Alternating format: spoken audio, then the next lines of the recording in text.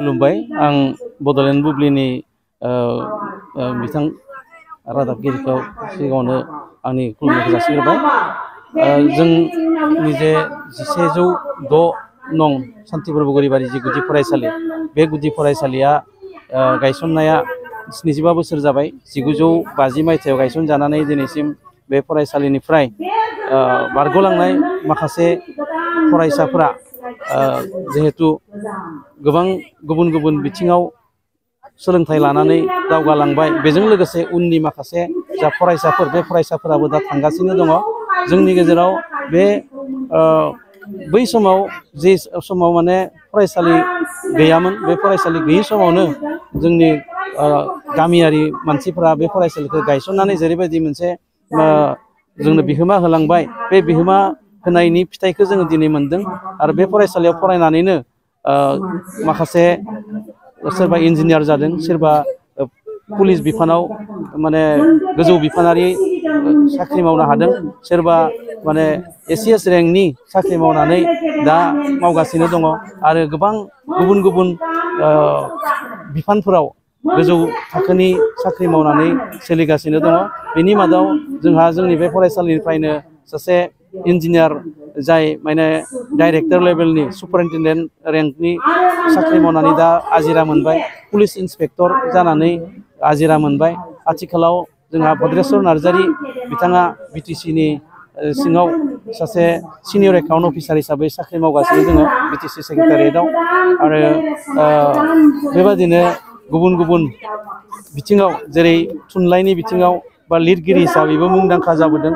जोंनि जा बर'नि एंग्ल' बड' डिक्सनारि, गांसेल' जे गेदेर डिक्सनारि, जाय डिक्सनारिया बयनिबो न'खराव दङ, बे डिक्सनारिखौ लिरग्रा मिन्टु नार्जारि बिथाङाबो बे फरायसालिनि सासे फरायसा।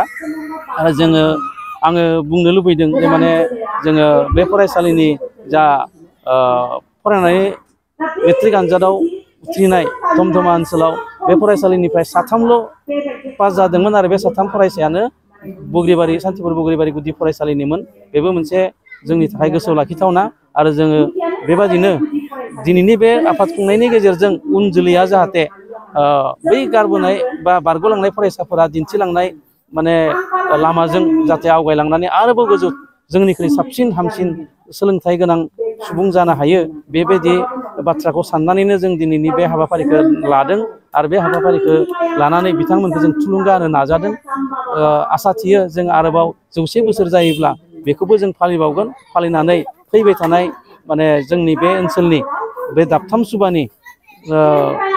सुबाया गायसननाय सान्तिपुर बगरिबारि गुदि फरायसालिनि आरोबाव जौगानाय लाबोनो हागोन होननानै जों मिजिंथियो। बुंनांगौआ बेनो जे मोनसे समाव माने सरकारि फरायसालिफोरनि जा हाल-साल, बेयो जोबोद दुखुनांथाव जादोंमोन। बेनि जाहोनानो जाबाय मोनसे समाव जोंनि गेजेराव गोबां आन्दलनबो जादोंमोन, आरो फोरोंगिरिफोरनि जा जेसेबां नांगौ जानाय फोरोंगिरि, बेबायदि फोरोंगिरिफोरनि अभाब जादोंमोन। बिसेसकय जोंनि बर' मिडियामाव फोरोंनो थाखाय बर' फोरोंगिरिफोरनि जोबोद आंखालमोन।